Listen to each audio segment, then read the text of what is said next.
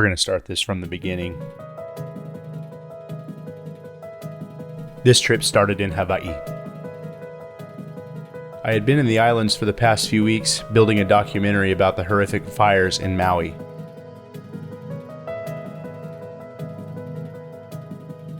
While I was disconnected from the outside world, I got word of a possible hurricane developing in the Gulf, so I started working out logistics and I headed towards the mainland.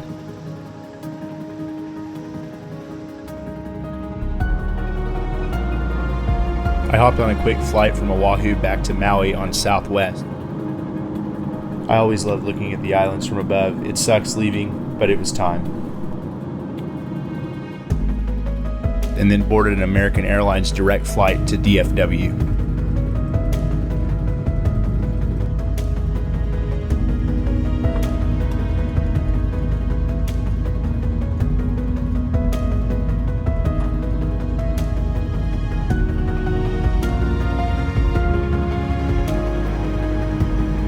The sunset leaving Maui was gorgeous. I'm a sucker for these skies. This was a wide-body aircraft and I was very fortunate to be upgraded to business class. After a long few weeks with little rest, I needed sleep. Very comfortable here in business class.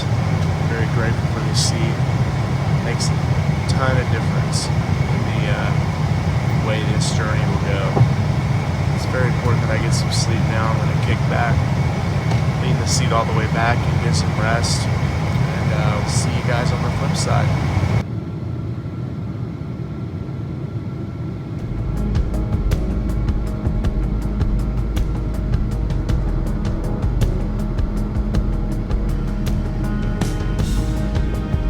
After a long flight halfway across the world, I finally arrived at my favorite airport, DFW. There's something I love about this place. It's one of the busiest airports in the world. It's time to activate. Made it to DFW in one piece. Everything's good. It was actually our captain's last landing. He retired this morning. Thought that was pretty amazing. I walked up, shook his hand, and congratulated him. Very good landing, as you guys saw on video. He absolutely greased it. Couldn't even tell we touched the ground. I gotta find a cup of coffee, and then I'm gonna get on a TRE train, head over to Chase's house, grab my Toyota. Might sit there for a few minutes and hang out with him, and then on to Florida for this cyclone. I've had a big warm fuzzy feeling about this one over the last couple days, and when that happens, it's never good for the people. It's good for me, never good for the people. I'm all about a big major hurricane, but people in the Big Bend area of Florida, you know, Cedar Key down into Tampa, you really need to watch this one. It's going to be mean. The water temperatures are as warm as they've ever been. This year's going to back off. It's going to allow this hurricane to grow, and it's going to get really nasty. So I have really good friends that are in the Tampa area, Sarasota. I've been advising them on what to do. They're going to need to get out probably, because these big canes can make a fast right turn at any given time. Just a quick wobble and it's over Tampa, and it's causing major issues. So getting all my stuff together. I got my reserve gas. I got a nice new ice chest here that I'm going to fill up with some food and some water, some supplies, some drinks, you know. So when you're out there for a couple days and everything's destroyed, you really need supplies. It gets pretty dire sometimes, and these big canes can cause just widespread devastation that wipes everything out, and you're stuck in this damaged zone with nothing, you know, no food, no fuel, no water. So you gotta fend for yourself out there and be ready for these situations. It's just one catastrophe after another right now. Fast forward 30 hours, I'm pulling up into Florida. I still had a few hours to drive. Later that day, I met up with Brett and Heath to shoot some video of them setting up surge cameras in case they might need it. I also thought it might have made a good story idea. It's flipped. We talked with some locals who were evacuating.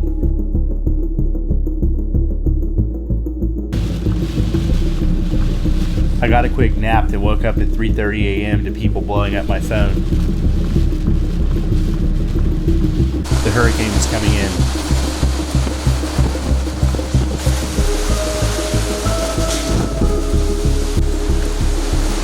I set up in Keaton Beach just north of town to document the eye wall.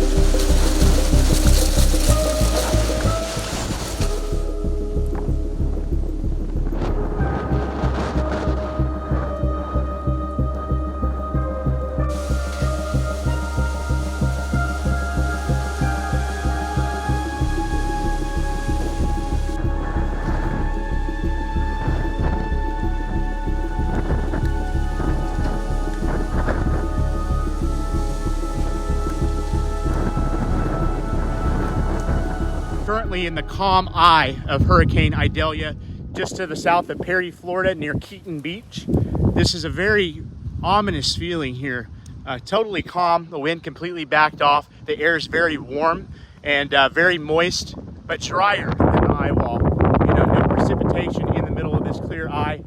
We might get a shot at seeing through the clouds at some point. I'm not exactly sure how cleared out it is as far as that's concerned.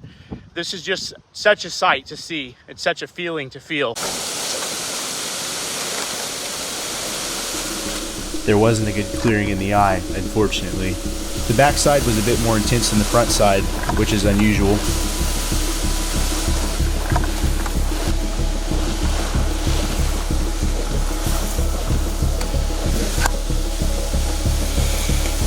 We were getting 80 to 90 mile per hour gusts right here. I was waiting for this canopy to fly away. I had my camera rolling just in case.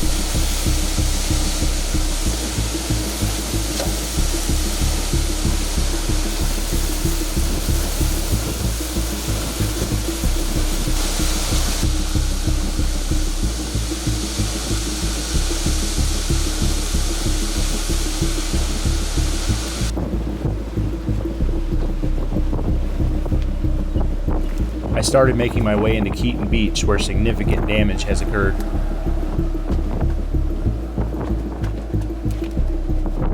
I felt alone here. I didn't see anyone else in town. It was just me.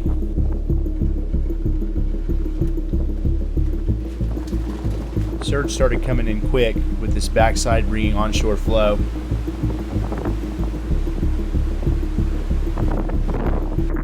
The water came up pretty fast, inundating the town of Keaton Beach. I found a high spot to park the Toyota and went out on foot to document the mayhem.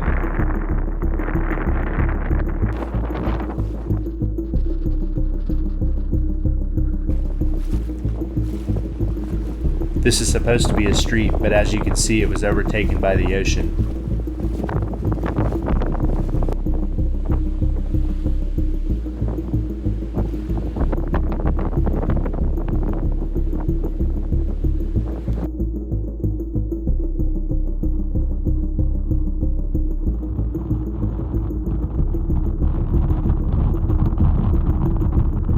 Water is up to my waist at this point. I think this is an RV park. Thankfully, the power's out.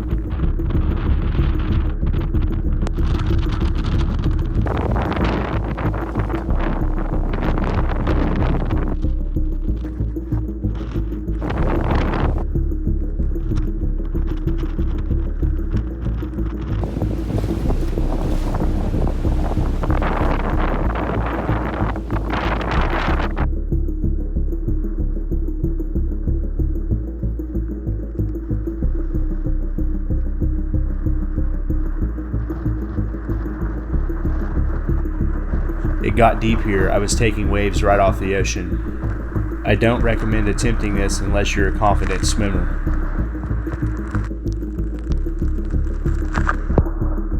That's really insane out here. It's getting pounded. My phone died here. I decided to head back to the Toyota. I ended up having to swim a bit of the way back. It had gotten really deep.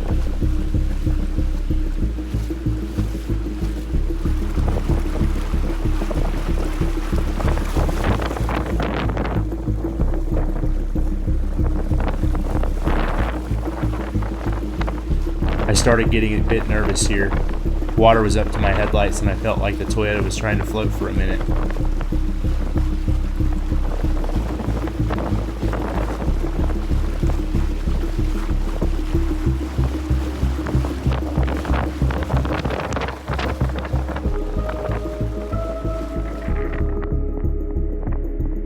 came across a couple and snagged some sound really quick.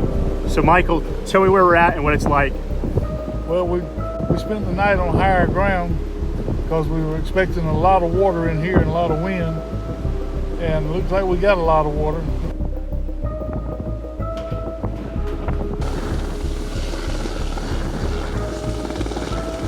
The Coast Guard deployed to the area after the eye wall for search and rescue operations. The National Guard showed up.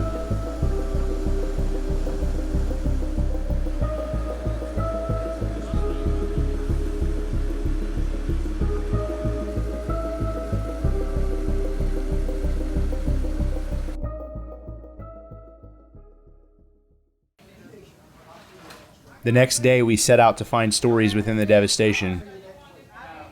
We went into this Hardee's restaurant, and I could feel the pain. The vibe was just so heavy. We found a woman. She had lost her house. A tree fell on it. We did our best to tell her story. We tried to make preparations, but it was not enough preparation that we could have made. Where the tree fell was my bedroom. But I just thank God for life. Families were lined up at a food truck in Perry begging for help.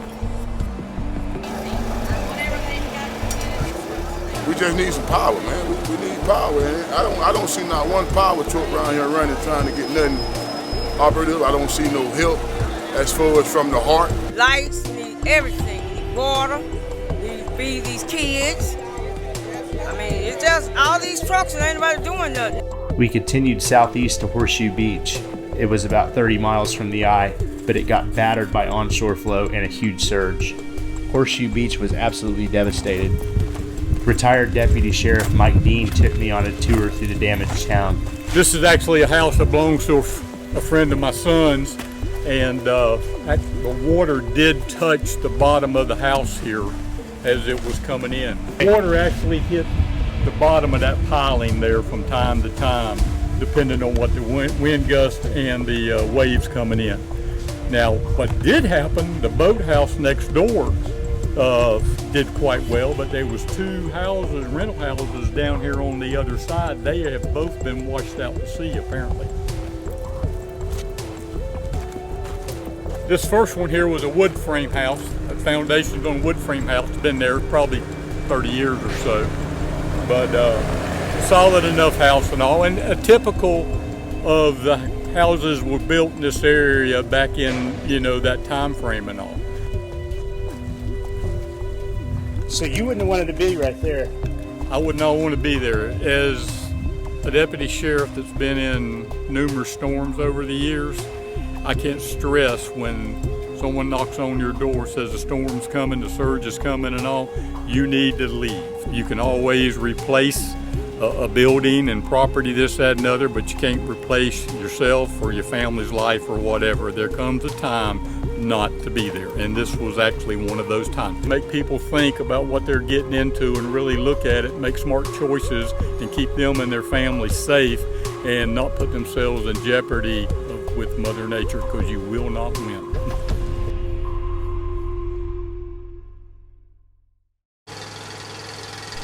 The following day, I met the Driscoll family. I went back to Keaton, and they pulled up to me on the road and said they'd recognize me. Apparently, they watched my footage throughout the storm. They invited me to their home and then took me out on their boat to show me the flamingos that had been displaced. Apparently, these flamingos got caught in the storm while it went over Cuba, and it brought the birds all the way to North Florida.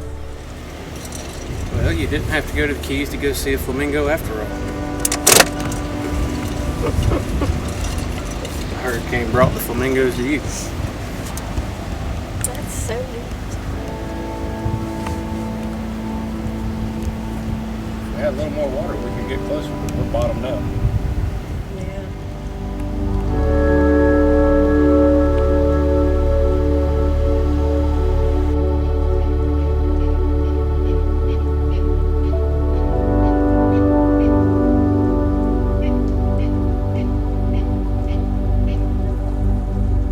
Everyone was really surprised to see this. I've never seen one this far north ever. Hang out until the cold weather comes and then they'll leave. and they'll probably never come back. I mean, that's just one of those crazy things where an animal ends up in a place they're never supposed to be. As soon as October gets here and it cools off, they'll be gone. Would be crazy if they hung out for a while, though.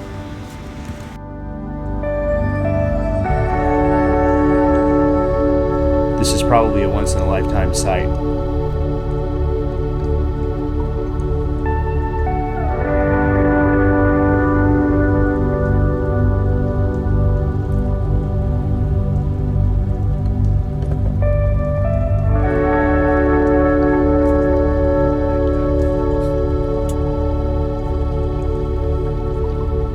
We spent about an hour, then headed back to the house. Once we got back to their house, I finally put my camera down, which is not easy for me to do. They invited me to spend the night and even cooked dinner for me. We had some drinks together. It was just a great experience. Overall, this is a very eventful storm for just being a Category 2 at landfall. Just like my buddy Heath said to me, this is somebody else's Cat 5.